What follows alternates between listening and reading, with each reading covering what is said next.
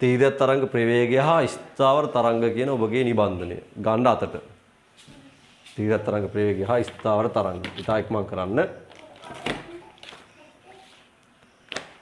තීව්‍ර තරංග ප්‍රවේගය හා ස්ථාවර තරංග. මෙන්න මේ නිබන්ධනය. හරි. මේක අගෝස්තු මාසයේ ඔබට ආලෝකය සහ දෝන තරංග වලට ටියුන් දෙකක් නිකුත් කරා මේ නිබන්ධන එක. හරි අරගෙන ඒකේ මුල පිටුවට ගිහිලා දාගන්න පුතාලා මතක සටහන. මේක පොඩි නිබන්ධනයක් ඔබට සති දෙකකට ප්ලෑන් කරලා දීලා තියෙන්නේ.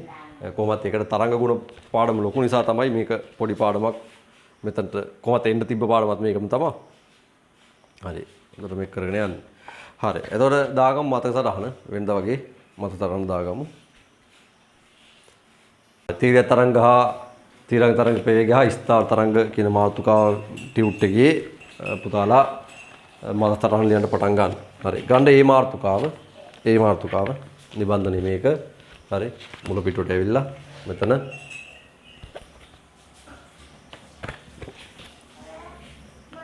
මතක සටහන කියලා දාගන්න. හරි. දාලා ලියන්න යන්න මේ කියන්නේ. ඒ මාතෘකාව. ඇදි තන්තුවක් දිගේ තීව්‍ර තරංග ප්‍රවේගය. ඇදි තන්තුවක් දිගේ තීව්‍ර තරංග ප්‍රවේගය.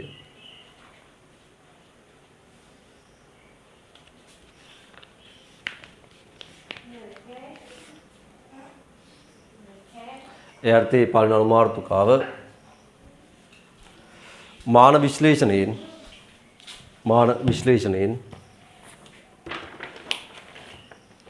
තීව්‍ර තරංග ප්‍රවේගය සඳහා ප්‍රකාශනයක් ලබා ගැනීම. මාන විශ්ලේෂණයෙන් තීව්‍ර තරංග ප්‍රවේගය සඳහා ප්‍රකාශනයක් ලබා ගැනීම.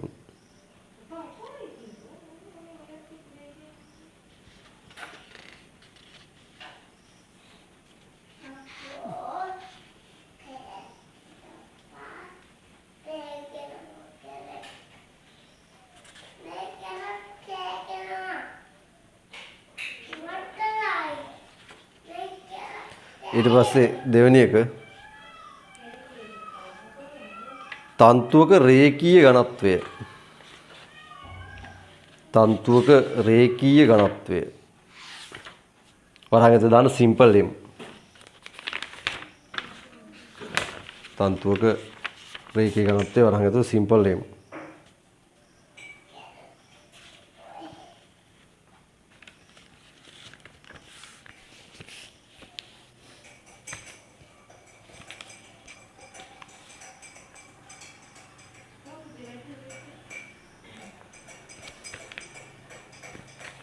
හරි. ඊට පස්සේ ගන්න B මාතෘකාව.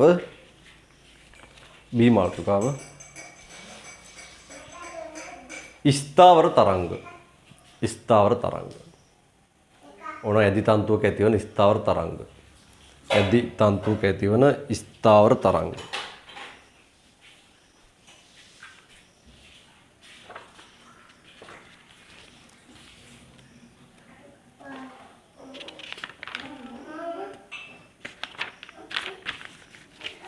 ස්ථාවර තරංග. ඊට පළවෙනි අනුමාර්ථකාව ස්ථාවර තරංගවල ලක්ෂණ. ස්ථාවර තරංගවල ලක්ෂණ.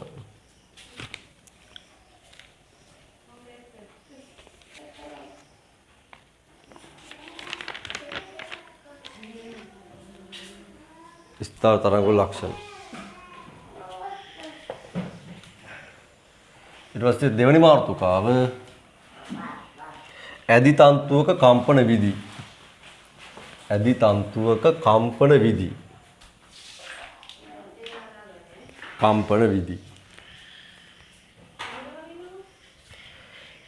එතකොට මේ දෙවෙනි මාතෘකාව යටතේ ඔබ ලියාගෙන යන්න අංක 1 මූලික ස්වරය.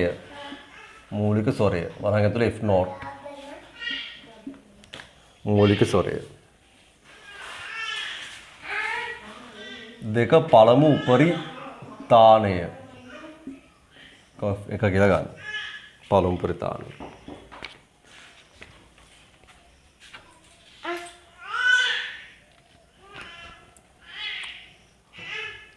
Thank you.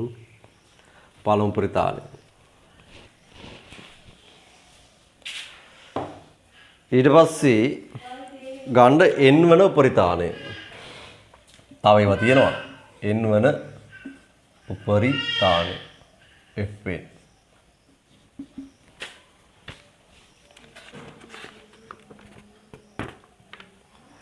ඊපස්සේ ඒකත් ඉවරයි. ඊට පස්සේ ගන්න අනුයාත මේක ඇත්තෙම අනුයාත උපරිතාන දෙකක් අතර වෙනස. අනුයාත උපරිතාන දෙකක් අතර වෙනස.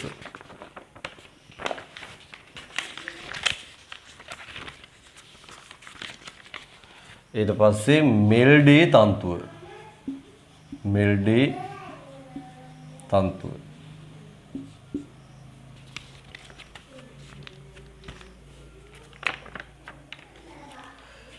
සීමාර්ථකාව ධ්වනි මානය.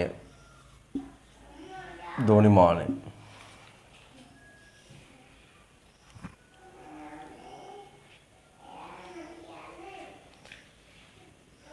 යර්ථේ පළවෙනි මාතෘකාව ධ්වනි මානය සුසර කරන ක්‍රම. ධ්වනි මානය සුසර කරන ක්‍රම.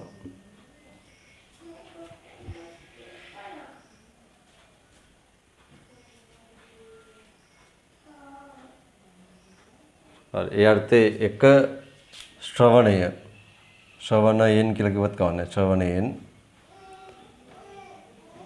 දෙක නුගැසුම් ක්‍රමයෙන් තුන අනුනාද ක්‍රමයෙන්.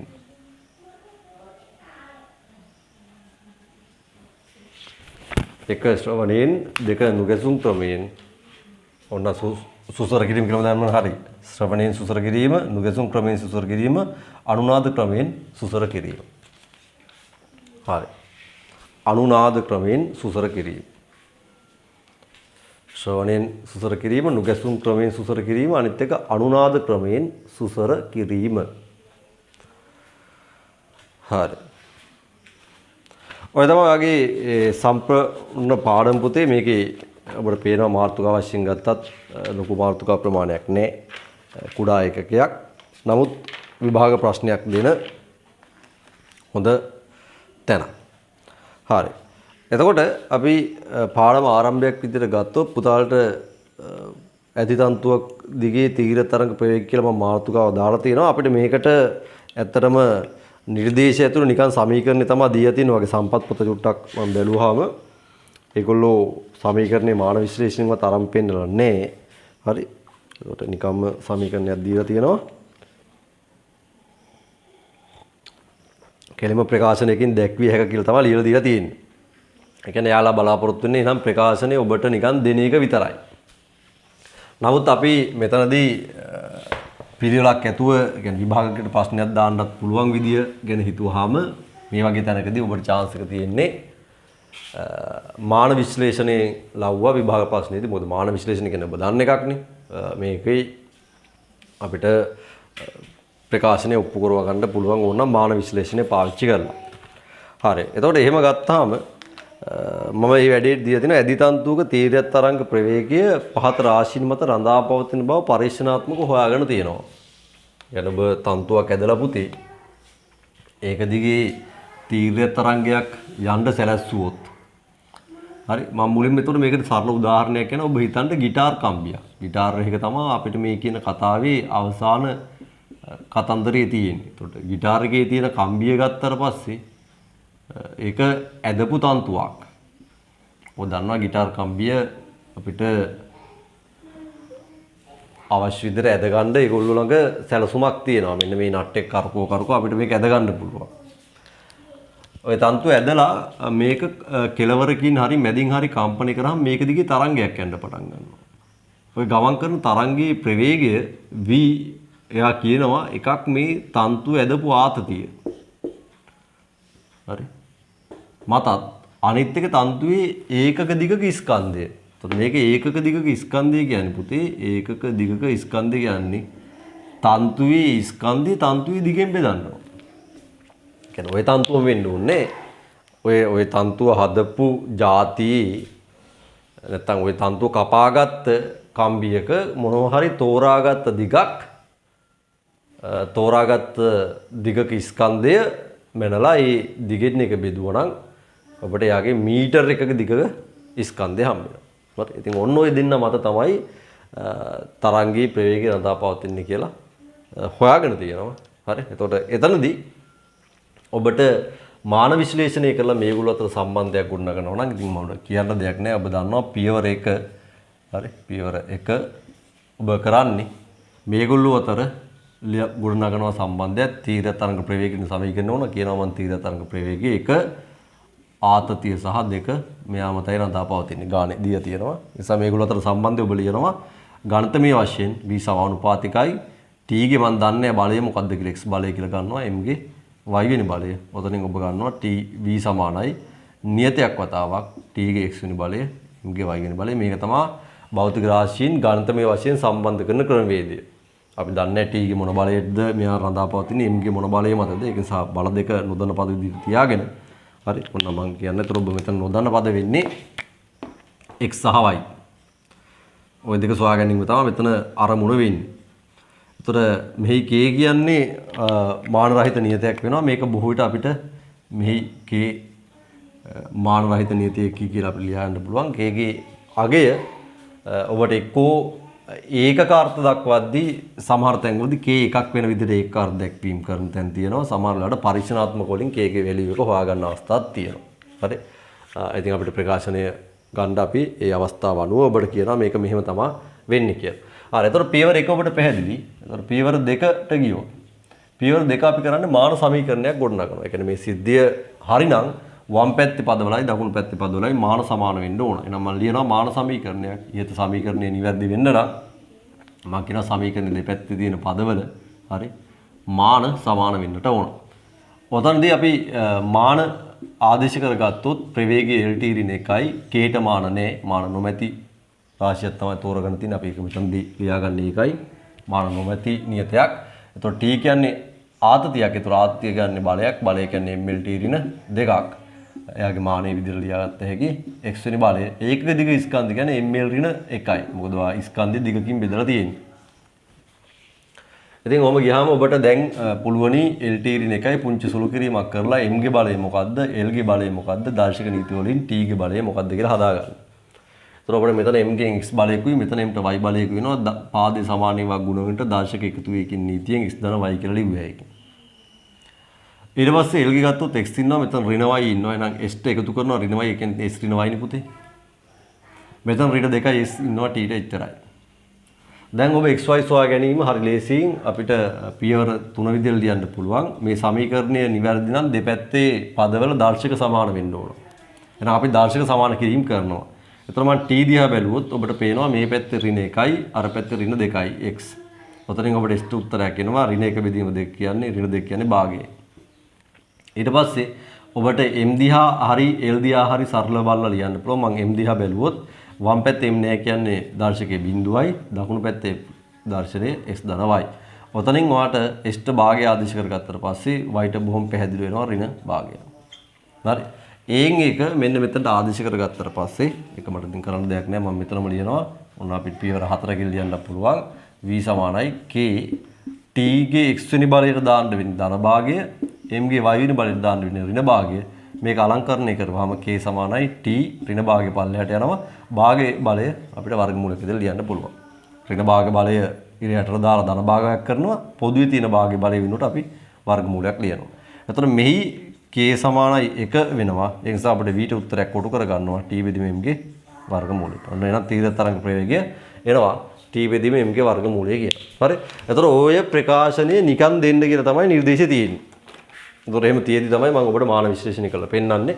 හරි. එහෙනම් අපි ටටට ගාලා මාන විශ්ලේෂණය කරලා පෙන්නමු. මොකද මේක ඔබට විභාගයට ඕන වෙලාවක chance එකක් තියෙනවා මාන විශ්ලේෂණයෙන් අහන්න. හරි.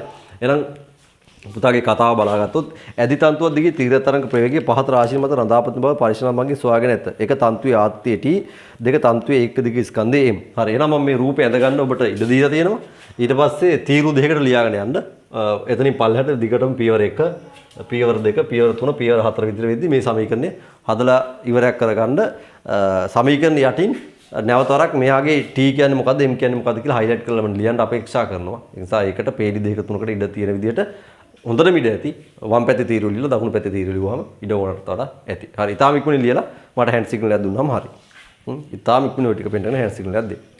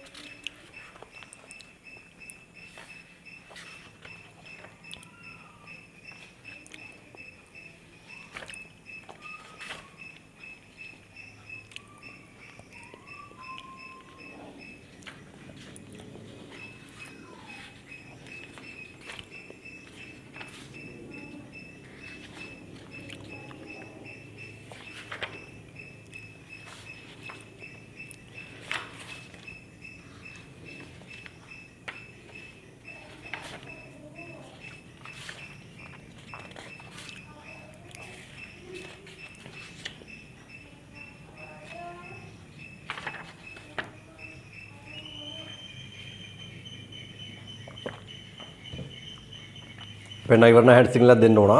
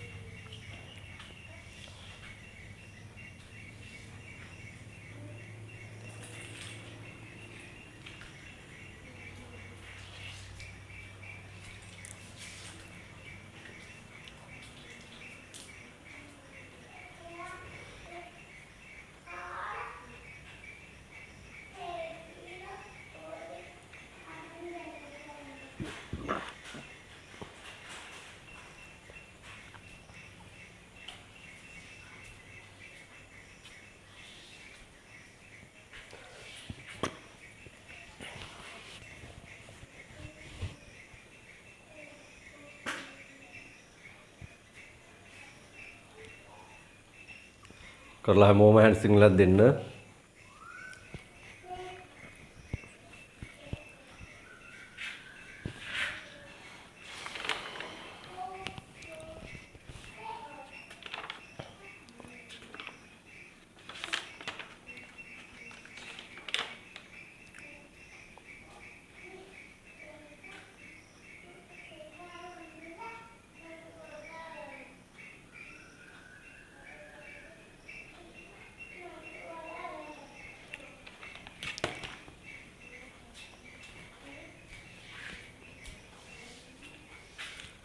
හරි නේද?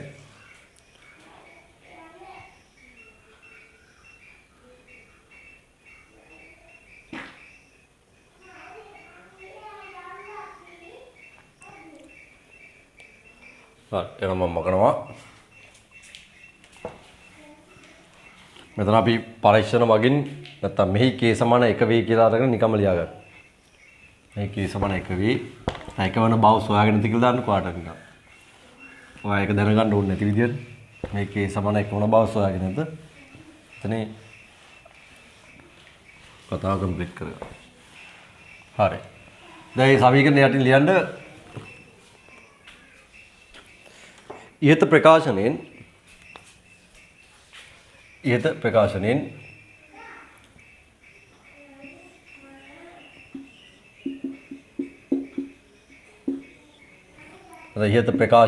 කියලා ගත්ත කවන ඉහත ප්‍රකාශනයේ v ලියන්න ඇදි තන්තුවක් දිගේ ගමන් කරන තීර්ය තරංගයක ප්‍රවේගය.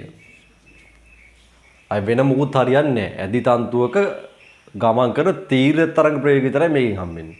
ඒත් හැම මාධ්‍යෙම බෑ ඇදි තන්තුවක වෙන්නම ඕන. v ලියන්නේ ඇදි තන්තුවක් දිගේ ගමන් කරන තීර්ය තරංග ප්‍රවේගය. t කියන්නේ තන්තුවේ ආතතිය. තන්තුවේ ආතතිය. m කියන්නේ ඕන m සමාන m බෙදි මෙල් කියලා අරගත්තත් කවන්නේ. තන්තුවේ ඒකක දිගක ස්කන්ධය රේඛීය ඝනත්වය කියලා තියාගන්න. මේකට කියනවා රේඛීය ඝනත්වය. සිම්පල් m කියන්නේ ඒක තන්තුවේ ස්කන්ධය තන්තුවේ දිගෙන් බෙදලා ගන්න ඕන. ඒකට කියනවා තන්තුවේ ඒකක දිග ස්කන්ධය අපිට ඒක පේන්නේ නැතත් කමන්නේ. හරි. තන්තුවේ ඒකක දිග ස්කන්ධය එහෙම ලියවන්න පස්සේ මේක අපි අරන් දක්වලා ගන්නවා. තන්තුවේ ඒකක දිග ස්කන්ධය වරහන් විතර රේඛීය ඝනත්වය. හරි. එහෙනම් ඔබ සමීකරණ යටින් ඒගොල්ලන්ගේ පද හඳුන්වලා දීලා තියාගන්න. මොකද හරි වැදගත් ඒක.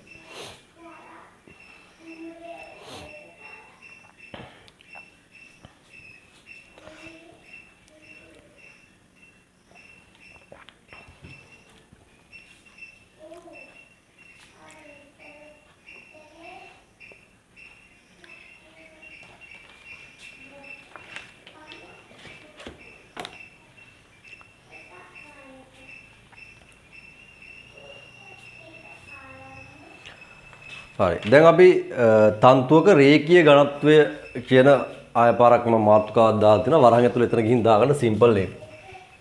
තන්තුවක මොකද්ද රේඛීය ඝනත්වය කියන්නේ? වරහන් ඇතුළේ දාගන්න සිම්පල් එක.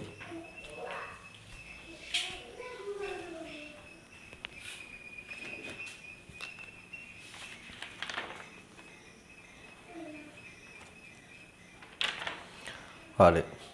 එතකොට තන්තුවක රේඛීය ඝනත්වය කියලා කියන්නේ ඔයා හිතන්න අපි ළඟ තන්තුවක් තියෙනවා.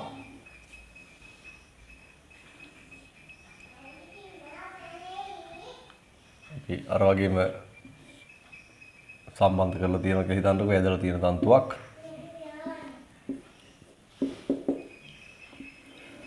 එතකොට මෙයාගේ ස්කන්ධය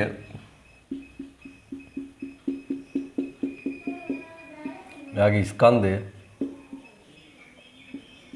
m නම් මෙයාගේ දිග l නම් එතකොට රේඛීය ඝනත්වය කියලා කියන්නේ තන්තුවේ නැවතරක් ඒකක දිගක ස්කන්ධෙමයි. තන්තුවේ ඒකක දිගක ස්කන්ධය තමයි කියන්නේ රේඛීය ඝනත්වය කියලා. එහෙනම් අපි ගත්තොත් රේඛීය ඝනත්වය සමානයි තන්තුවේ ඒකක දිගක ස්කන්ධය. එතකොට ඒකක දිගක ස්කන්ධය ගන්න වෙන්නේ තන්තුවේ ස්කන්ධය බෙදන්න ඕන දිගෙන්. ඒක මේ තන්තුව කපාගත්ත මොන කම්බියකින් ගත්තත් මට කමන්නේ. එතකොට තන්තුවේ ස්කන්ධය m නම් ඒ m ස්කන්ධය පවතින දිග l නම් m බෙදි මෙල්ට කියනවා අපි රේඛීය ඝනත්වය කියලා. හරි. එතකොට ඔතනදී මෙයාට ඒකකයක් එනවා m හි ඒකක එනවා ස්කන්ධය කිලෝග්‍රෑම් දිගෙන් බෙදුවාම කිලෝග්‍රෑම් මීටරයකට. හරි.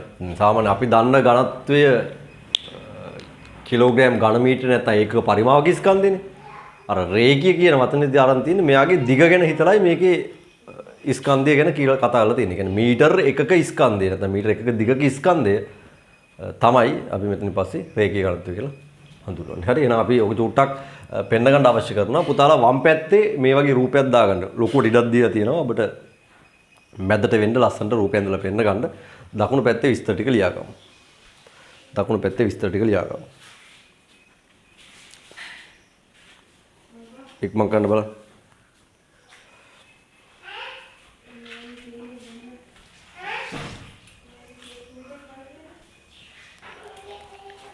ඔයාලා මේකේ මෙහෙම කරත් කවන්නේ මුළු තන්තුවම උනේ නේ.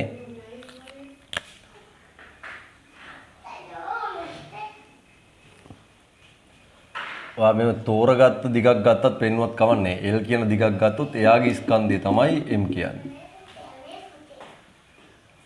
එහෙම ගන්නකො. කියන්නේ අර තන්තුවම ගන්න ඕනේ නෑ කියලා අදහසයි මෙතන තියෙන්නේ. ඇත්තම කතාව ඔකේ අනිත් පැත්ත. ඔය තන්තුවට වඩා වැඩි දිගක් ගන්න ඕන.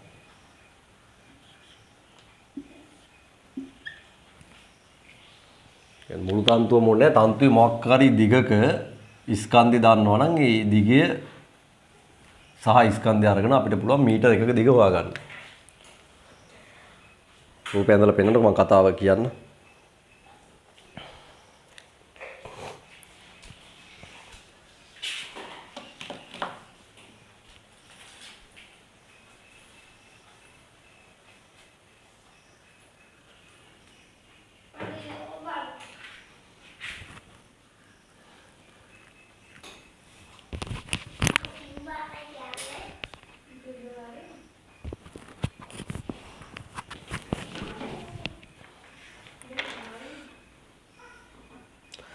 හරි එතන ඉවරයි නේද? දකුණු පැත්තේ ලියන්න යන්න මෙහෙම තන්තුවක දකුණු පැත්තේ ලියන විදිහට තින් තැන ලියන්න යන්න තන්තුවක ඒකක දිගක ස්කන්ධය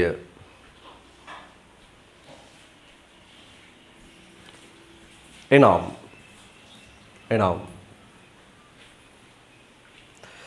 මීටර් එකක දිගක ස්කන්ධයට තන්තුවක ඒකක දිගක ස්කන්ධයට එනම් මීටර් එකක දිගක ස්කන්ධයට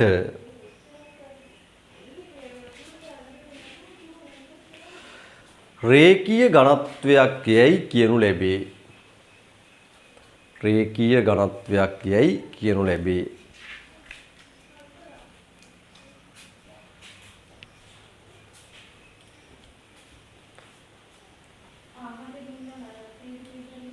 හරි දැන් වෙනම ලියන්න යන සමීකරණ ලියන්න බලාගෙන තන්තුවක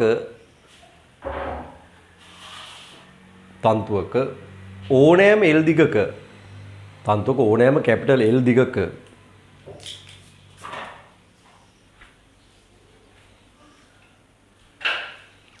ස්කන්ධය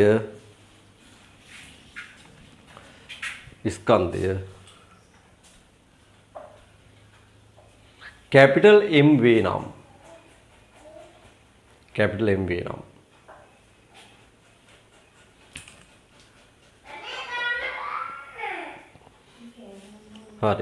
කියලා යටින් ගන්න රේඛීය ඝනත්වයේ සමාන ඒකක දිගක ස්කන්ධය එතනින් ගන්න ඔය සම්පූර්ණ ටික අරන් කොටු කරගත්තත් කවන්නේ.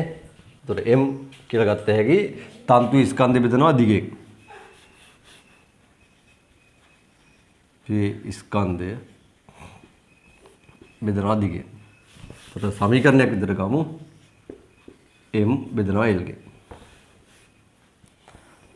මුලින්ම ගන්න රේඛීය ඝනත්වය කියන්නේ එක දිගක ස්කන්ධය. එතනින් රේඛීය ඝනත්වය අපි M කියලා දාගමු. ඔය විදිහට ලියන්න පුළුවන්. එතන M ගේ ඒකකය වඩනවා කිලෝග්‍රෑම් මීටරයක.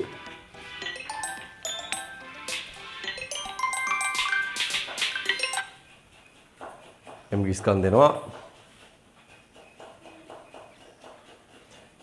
දෙනවා කිලෝග්‍රෑම් මීටරයට. හරි. පුතාලා ওই ටික පෙන්නලා මම තුට්ටක් අද කලින් වාට විවේක දෙනවා. ගණ්ඩ විනාඩි 5ක විවේකයක්. ඊගාවට අපි දාලා තියෙන්නේ රේඛීය ඝනත්වය ගැන අපි ලියාගත්තා. එයාගේ ඒකේ වෙනකන් ලියාගත්තානේ. හරි.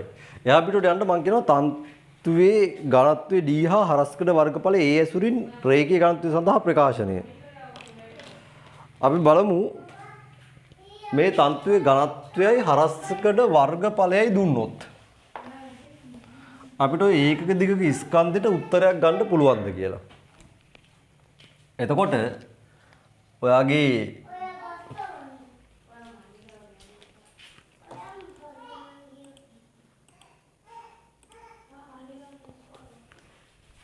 තප්පර පුතලා ඉන්න ඕන.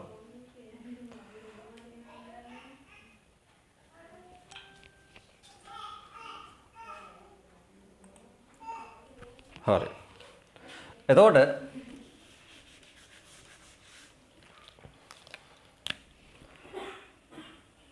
මෙයාගේ හරස්කඩ වර්ගඵලය අපි හිතමු A කියලා.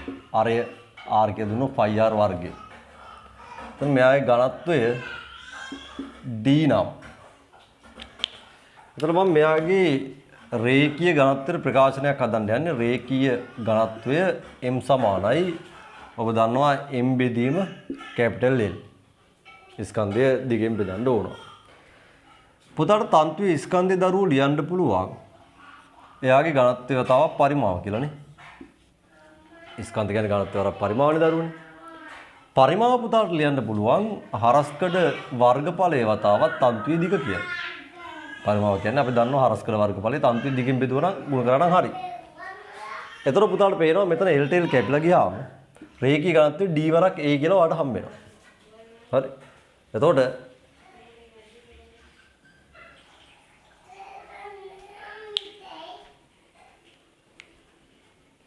හරි. එතකොට මට සචිත් අහලා තියෙනවා පැහැදිලි මදිද සර් කියලා. මොකද්ද පුතේ මට ඒක පැහැදිලි නැහැ. මට තේරුන්නේ නැහැ. හරි. ආයෙ පරක් ප්‍රශ්නේ දාන්නේ. හරි. එතකොට රේඛීය ඝනත්වය පුතාට එම්ට උත්තරයක් එනවා. එකක් තමයි තන්තුවේ ස්කන්ධය තන්තුවේ දිගෙන් බෙදලා ගන්න පුළුවන්. අනිත් එක පුතාට පේනවා තන්තුවේ ඝනත්වය තන්තුවේ හරස්කඩ වර්ගඵලයෙන් ගුණ කරත් ඔබට හම්බෙන්නේ රේඛීය ඝනත්වය. එහෙනම් අපිට රේඛීය ඝනත්වයට ඔන්න කතන්දර දෙකක් ලියලා ගන්න පුළුවන්. හරි. එතකොට මේකත් එක්ක ඔබට තීර්ය තරංග ප්‍රවේගය ඔබ දන්නවා තන්තුවේ ආතතිය රේඛීය ඝනත්වයෙන් බෙදලා වර්ගමූලය හොයන්න ඕන. දැන් රේඛීය ඝනත්වයට ඔබට තව ප්‍රකාශන දෙකක් එක්ක තීර්ය තරංග ප්‍රවේගයටත් අපිට ප්‍රකාශන හදන්න වෙනවා. හරි නේද? එහෙනම් අපි චූට්ටක් ওই ටික පෙන්න ගන්න ඕන. හරි පුතේ හරි. එතකොට පුතාලා රූපය මම භාගයට ඇඳලා දීලා තියෙනවා. පුතාලා මේ රූපය අඩුපාඩු ටික සම්පූර්ණ කරගන්න. සම්පූර්ණ කරගෙන ඔයාලට ඇදි තන්තුවක් දිගේ තීර්ය තරංග ප්‍රවේගය කියලා යටින් මාතෘකාවක් තියෙනවා. අන්න ඒක පණින්නේ නැතුවය. හරි. ඔය peeri දෙක කොහේ හරි ඉඩ තියෙන තැනක ලියා ගන්න. හරි. රේඛීය ඝනත්වය හදලා පෙන්න ගන්න. රේඛීය ඝනත්වය ඔහොම උපරන් යන්න. උපරන් අර්සන්ට මේක ලියලා කොටු කරගන්න. තන්තුවේ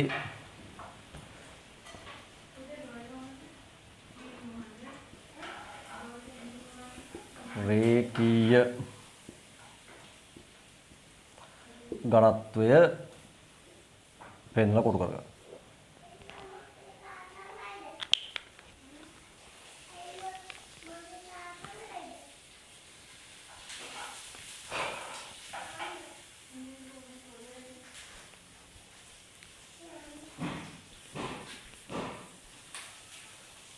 ඔය ටික පෙන්වලා කොටු කරගන්න.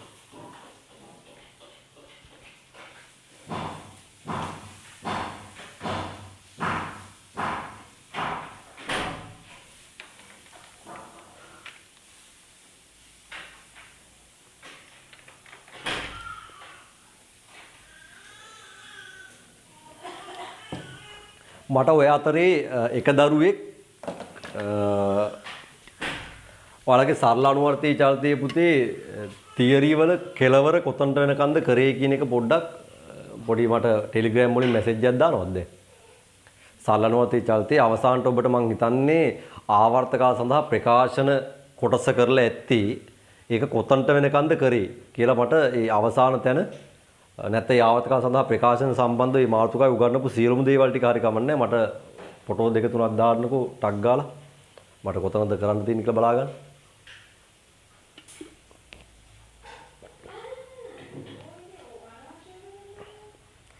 හරි මේ ටික පෙන්නලා ඉවර නැහැ හෑන්ඩ් සිග්නල් එකකුත් දෙන්න. ටෙලිග්‍රෑම් වලට දාන්න අරක ෆොටෝ එකක් දෙයක් ගහලා ටග් ගාලා. කවුරු එක්කෙනෙක් දාන්නකෝ දාපු ගමන් මම කියන්න.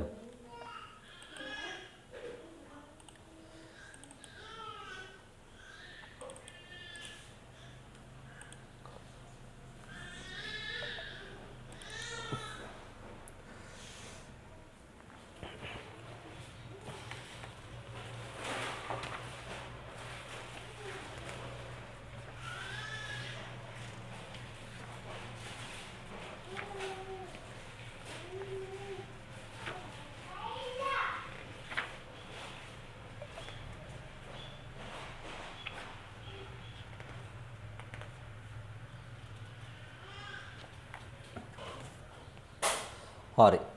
දෙන්නේ දාලා නැති පුතේ දැන් අන්තය දාන්න ඕනේ. හරි thank you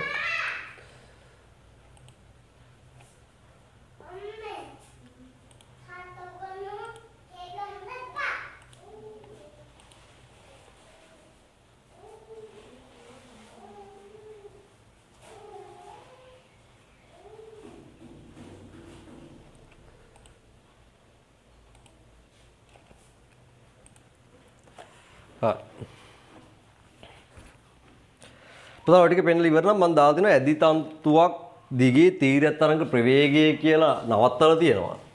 එතනත් ආය පාරක් අපිට සමීකරණ සෙට් එකක් ලියා ගන්න තියෙන්නේ. එහෙනම් දැන් ඇදි තන්තුවක් දිගේ තීරය තරංග ප්‍රවේගයට පුතේ. හරි? ඇදි තන්තුවක් දිගේ තීරය තරංග ප්‍රවේගයට ඔයාට ලියන්න පුළුවන් v සමානයි එකක් ඔබ දන්නවා t බෙදීම m ගේ වර්ගමූලය. දැන් ඔබ m ට ආදේශ කර හැකි එක වෙලාවක ඔබ m කියන්නේ දන්නවා. හරි? සාමාන්‍ය විදිහට තන්තුවේ ස්කන්ධ බෙදීම තන්තුවේ දිග. එහෙම ඒක ආදේශ කරගත්තොත් ඔබට මොකක්ද දෙන්නේ කියලා කියන්න බලන්න. તો t මෙතනට m බෙදීම m දැම්මොත් m යටින්දී බෙදීම l ඔබ දන්නවා පරස්පරයේ විදිහට උඩට මාරු වෙයි. පුළුවන් නේ. දෙවෙනි අවස්ථාව ඔබ දන්නවා රේඛීය ඝනත්වය හේවත් ඒක දිග ස්කන්ධය ඔබට ලියන්න පුළුවන් තන්තුවේ ඝනත්වය වරක් හරස්කඩ වර්ගඵලයට සමානයි. ඒක නිසා නැවත වරක් තීරය තරංග ප්‍රවේගය ලියන්න පුළුවන් කෙනෙකුට DA කියලා. T බෙදීම DA. හරි. එහෙනම් ඔන්න තීරය තරංග ප්‍රවේගයට ඔබට ඔප්පු වෙන ප්‍රකාශන මේකත් පැන්සලෙන් පෙන්නගෙනම ඔය ටික ලියලා කොටු කරලා තියන්න එතන. හරි. ඔය ටික ලියලා කොටු කරලා තියන්න. ඇදි තන්තුවක් දිගේ තීරය තරංග ප්‍රවේගය v කියලා කමාවක් දාලා යටින් v ලියාගෙන යන්න.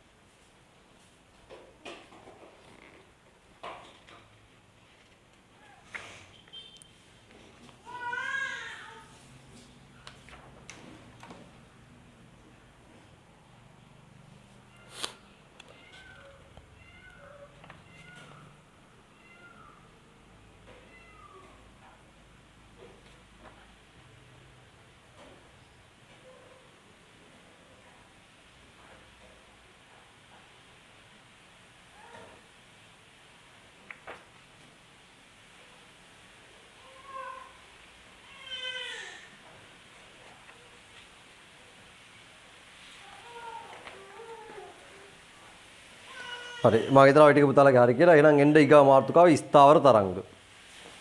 ස්ථාවර තරංග. ස්ථාවර තරංග.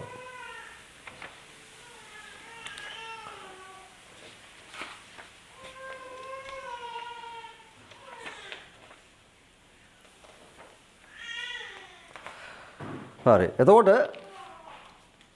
අපි පුංචි ඇටෝමක් එක්ක මේ කතාව විස්තර කරගත්තොත් පුංචි ඇටෝමක් එක මේක විස්තර කරගත්තොත් හරි පුතාලගේ රූපේ පෙන්ලා තියෙනවා මෙන්න මෙතන තියෙනවා දරුවෝ විචල්්‍ය සංඛ්‍යාත කම්පන ප්‍රභවයක්. ඒ කියන්නේ මේ ප්‍රභවයට පුළුවන් මෙතන සම්බන්ධ කරන තැනක් තියෙනවා තන්තුව. ඒ සම්බන්ධ කරන තන්තුව අපිට වෙනස් වුණ සංඛ්‍යාතවයකින් කම්පණය කරනවා. අපි හිතමු මේක මෙන්න මෙහෙම එකක් මම ඇඳ ගන්නම්කෝ. මෙන්න මේ කූරට ඉහළ පහළ නිශ්චිත සංඛ්‍යාතයකට කම්පණය වෙන්න පුළුවන් සහ ඒ සංඛ්‍යාතය වෙනස් කිරීමේ හැකියාව මේ උපාංගය තුල තියෙනවා. ඕකට කියනවා විචල්්‍ය සංඛ්‍යාත කම්පන ප්‍රභවයක්. ඕකට ඈඳපු තන්තුවක් හරි අපි මේ වගේ සුමට කප්පියක් මතින් යන්න දීලා හරි ඊට පස්සේ එයාගේ තන්තුවේ පහළ කෙළවරින් අපි සුදුසු විදියට පඩි දාලා බාරයක් එල්ලනවා. හරිද? එතකොට මෙවැනි ඇටවුමක් තමයි දරුවනි අපි ඉස්සරහට මෙල්ඩී තන්තුවක් කියලා නම් කරන්නේ. මොකද මතක ඇති මාතෘකාවක් දෙනවා මම මෙල්ඩේ තන්තුව කියලා. ඒතර මේ මෙල්ඩේ තන්තුවම තමයි තියෙන්නේ. ඒතර මෙයා කිසියම් සංඛ්‍යාතයකින් කම්පණය වෙද්දි පුතේ මේක දිගේ නිරන්තරයෙන් ඔය පැත්තට තරංග යනවා. හිතන්නකෝ තරංග ආයාමයේ ඔය මම පෙන්වලා තියෙන විදිහේ තරංගයක් යනවා කියලා. හරි. තරංග ආයාමයේ මම එක කඩිරකින් දාන්නම්. මෙන්න මෙහෙම. ඔන්න ඔය වගේ තරංගයක් මේ පැත්තට ගමන් කරනවා. ගමන් කරද්දී ওই තරංගය මෙන්න මෙතනින් පරාවර්තනය වෙනවා. පරාවර්තනය වෙච්ච ගමන් ඔබ දන්නවා අංශක 180ක කලා වෙනසක් සහිතව මේ පැත්තට පරාවර්තිත තරංගය ගමන් කරනවා. හරි. දැන් නිරන්තරයෙන් මේක වෙනවා. මේ පැත්තෙන් තරංගය මෙහෙට එනවා. මේ පැත්තෙන් පරාවර්තිත තරංගය මෙහෙට යනවා. දැන් මේ සංසිද්ධිය එක දිගට වෙන්න පටන් ගන්නවා. අරයා නිරන්තරයෙන් තරංග ඇති කර කර මේ නිල් පාට එක වෙනවා. පරාවර්තනය වී කළු පාට එක යනවා. යද්දී ওই දෙක අදිස්ථාපනය වෙනවා. හරි. ওই දෙක එක එක පිහිටුම් අදිස්ථාපනය වෙනවා. එතකොට ඔබට විටක දකින්න පුළුවන් වෙනවා තරංග මෙන්න මේ වගේ තරංගවල ශීර්ෂයි නිම්නයි අදිස්ථාපනය වෙනවා. ශීර්ෂයි නිම්නයි. හරි. එතකොට ඊට පස්සේ ශීර්ෂ දෙකක් අදිස්ථාපනය වෙනවා. ශීර්ෂ නිම්නයි ශීර්ෂ දෙකකුයි. તો දැන් ඒක මම මෙතනදී පෙන්නලා නැහැ. පටල ගන්න යන්න එපා. මෙතන පෙන්නලා නැහැ. කොහොමද මෙන්න මේ අදිස්ථාපනයේ ප්‍රතිඵලයක් විදිහට ඔබට මේක නිරන්තරයෙන් දකින්න පුළුවන් වෙනවා මෙන්න මේ වගේ සමහර ලක්ෂවල විස්ථාපනයක් නැතුව යනවා. සමහර ලක්ෂවල විස්ථාපනයක් සහිතව තියෙනවා. ඒ කියන්නේ වට අවසානට මේ තන්තුව දකින්න පුළුවන් වෙනවා මේගොල්ලන්ගේ අදිස්ථාපනයේ ප්‍රතිඵලයක් විදිහට තන්තුව ඔය වගේ මොකක් හරි පිහිටුමක ඉන්නවා දකින්න පුළුවන් වුණා. හරි. ඒ කියන්නේ කිසියම් මොහොතක. හරි. එතකොට අපිට අන්තිමේදී පේන්නේ මෙන්න මේ තන්තුව හරි. අපි නැත්නම් මේක ඇහැට පේන විදිහට මෙහෙම ඇඳ ගන්නම්කෝ. හරි. අපි තුන් දැන් ඉන්නේ මෙන්න මේ පිහිටුමේ කියලා හිතා ගන්න. අදිස්ථාපන ඔක කිසියම් මොහොතක ওই පිහිටුමේ ඉන්නවා. තව ටිකකින් අර මේ පැත්තෙන් එන තරංගයත් එක්ක මොකද වෙන්නේ? මෙන්න මේ අංශු උඩට ඉස්සෙන්න පටන් ගන්නවා. ඒ කියන්නේ මෙන්න මෙතනට යන්න එපා. හරි. ඔහොම උඩට යන්න පටන් ගන්නවා. මේ අංශුවක් මෙන්න මේ පහළට මේ පැත්තේ ඉන්න මේ නිම්නයට සෙට් වෙන්න නිසා එයා මෙහෙම පහළට යන්න ගන්නවා. මෙයා ඉහළට යන්න පටන් ගන්නවා. එතකොට ඔය විදිහට ඔබට දකින්න පුළුවන් වෙනවා මේක දිගේ නිරන්තරයෙන් මේ විශේෂ ලක්ෂයක් ඉන්නවා. එයා උපරිම විස්තර වලට කම්පණය වෙවි ඉන්නවා. සමහර ලක්ෂ ඉන්නවා එයාට විස්ථාපනයක් නැතුවම ඉන්නවා. සමහර ලක්ෂ ඉන්නවා අතරමැද විස්තරය. ඒ කියන්නේ මේ විස්තරයට වඩා මේ යන ලොකුම විස්තරයකට යන එකයි ඉන්නේ. මේ වගේ අතරමැද ඉන්නවා. ඒගොල්ලෝ ඊට සාපේක්ෂව අඩු මෙන්න මෙතන ණයට යන්න තියෙන්නේ. අඩු විස්තර සහිතව කම්පණය වෙනවා. now ඔබට ටික කාලයකදී තන්තුව තුල දකින්න පුළුවන් වෙනවා ඔන්න ඔය විදිහට අපිට කිසියම් මොහොතකදී තන්තුවේ අණු සමහර ලක්ෂ උපරිම විස්තර සහිතව කම්පණය වෙමින් ඉන්නවා. සමහර ලක්ෂවල විස්තරයක් ඇත්තටම නැහැ බිඳුවයි. සමහර ලක්ෂවල සාපේක්ෂව අඩු විස්තර සහිතව කම්පණය වෙවි ඉන්නවා. ඒතර ඔන්න ඔය වගේ ඔබට තරංග රටාවක් දකින්න පුළුවන් වෙනවා.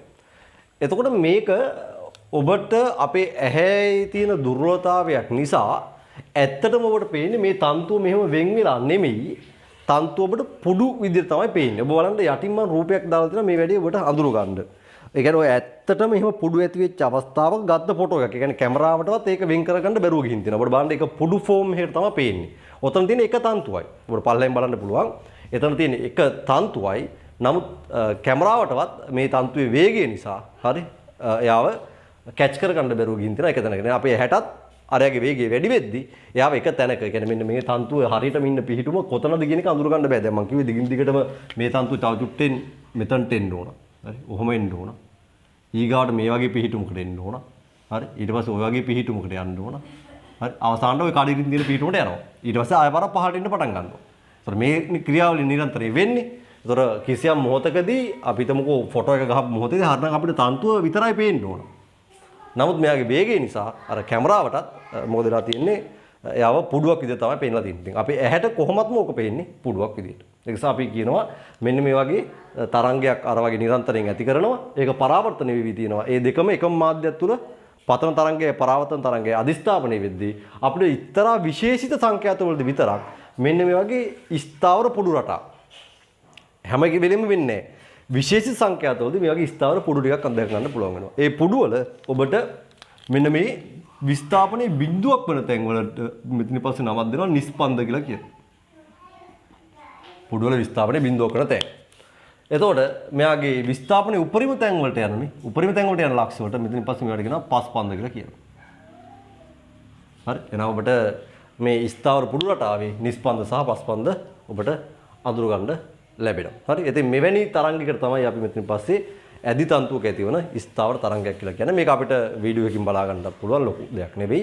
දැන්ට ඔබට එනම් තේරුම් ගන්න මේක ඇත්තටම කතාව මේ තන්තුවේ මොකක් හරි නිශ්චිත එක පිහිටුමක් තියෙන. නම් මේ හැම පිහිටුමක් අඳින්න නැතුව ඉන්නම්. අඳිනවා ඔබට අඳින්න වෙන්නේ කඩිරි වලින්. හරි. නිශ්චිත එක පිහිටුමක් විතරයි තියෙන්නේ. හරි. ඒතොර ඒ පිහිටුමේ ඉඳන් එයා නිරන්තරයෙන්ම ඔය ඊතල වලින් පෙන්වලා තියෙන දිශාවලට මාධ්‍යංශු චලනය වෙමින්. හරි. ඒ කියන්නේ මේක ඇත්තට මේක ඇති වෙන්නේ මත තියාගන්න පතන තරංගයයි පරාවර්තිත තරංගයයි අධිස්ථාපනයේ විදි තමයි මේක වෙන්නේ. හරි. ඒතොර ඔහොම ගිහින් වගේ මාධ්‍යංශු හැමතිස්සෙම වගේ නිශ්චිත දිශාවට චලනය වෙවි. සමහර මාධ්‍යංශු උපරිම විස්තර වලටත් සමහර අංශු සාපේක්ෂව ඊට වඩා අඩු විස්තර වලටත් සමහර අංශු වල විස්ථාපනයේ බිඳුවන තැන් විදිහටත් ඔබට ස්ථාවර පොඩු රටාවක් නිර්මාණය කරනවා දකින්න පුළුවන්. එතකොට මේවට තමයි කියන්නේ මෙතන පස්සේ ඇදි තන්තුවක ඇතිවන ස්ථාවර තරංගයක් කියලා. හරි එහෙනම් අපි ඇදි තන්තුවක ඇතිවන ස්ථාවර තරංගය එකක් තේරුම් ගන්නවා තරංග අධිස්ථාපනය. කියන්නේ පතන තරංගයක් සහ පරාවර්තිත තරංගයක අධිස්ථාපනයෙන් එන ප්‍රතිඵලයක්. එතකොට ඒකේ තරංගයේ වේගය නිසා අපිට මෙන්න මේ වගේ අපේ ඇහැට ඕක දකින්න පුළුවන් වෙන්නේ මේ වගේ පුඩු රටාවක් දකින්න පුළුවන්. ඇත්තට මේ පුඩු ඇතුලේ තන්තු එක එක පිහිටුන් අපේ ඇහැට නිකන් ලාවට පේනවා. හරි. දැන් අපි ඔය චුට්ට තොඩක් තේරුම් අරගෙන ඉස්සරහට යනවා. මම මුලින්ම මේකට තව චුට්ටක් මේක පැහැදිලි වෙන්න ඔබට ඔය පුඩු ඇති වෙන අවස්ථාවක් මුලින්ම පෙන්නලා ඉන්නවා. ඒතර ඔබට මේක තවත් තහවුරු කරගන්න පුළුවන්. හරි එහෙනම් මම ස්ක්‍රීන් එක ෂෙයා කරනවා. ඒ පුඩු ඇතින අවස්ථාව පොඩ්ඩක් ඔයාලට පෙන්න ගන්න. මොහොතක් කොහොම රැඳී සිටින්න ඔයාලා.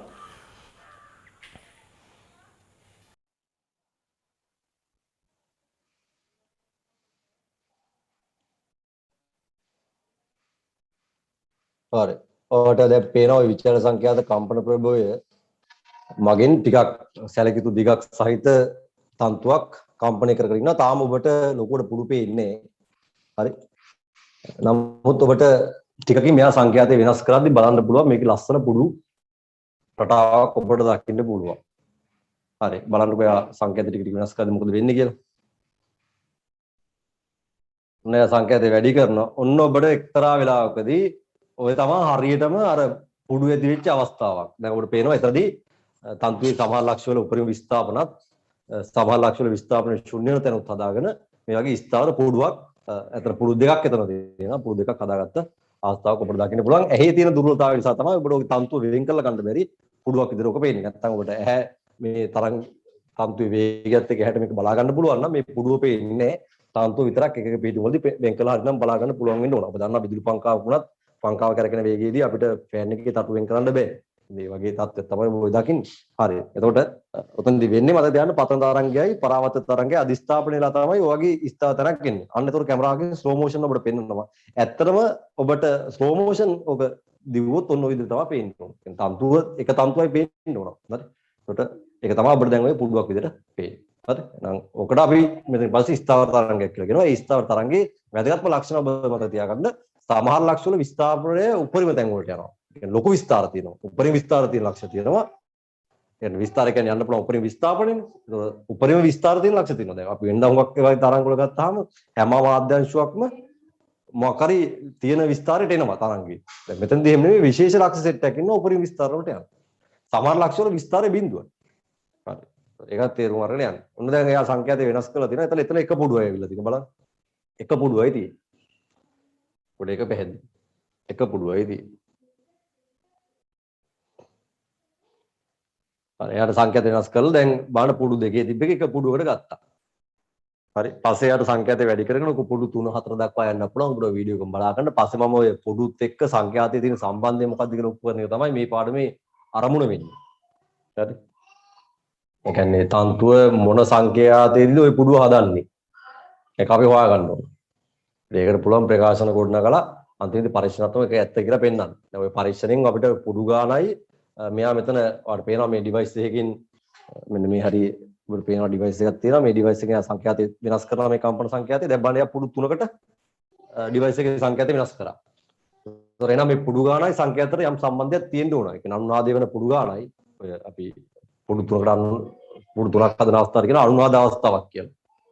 පොඩු හදන අවස්ථාවට මෙතන කියන්නේ අනුනාද අවස්ථාවක් කියලා. එතකොට ওই අවස්ථාවේ පොඩු ගානයි සංකේතයට සම්බන්ධයක් තියෙන්න ඕන. එතෙන්දි තොරන ඔබට ස්ලෝ මොෂන් දුවල පේනවා මේ එයා ගත්ත වීඩියෝ එක ස්ලෝ මොෂන් දිවම ඔබට පේනවා ඒකේ තන්තුව වෙන් වෙලා ඔබට පැහැදිලිව බලා ගන්න පුළුවන්.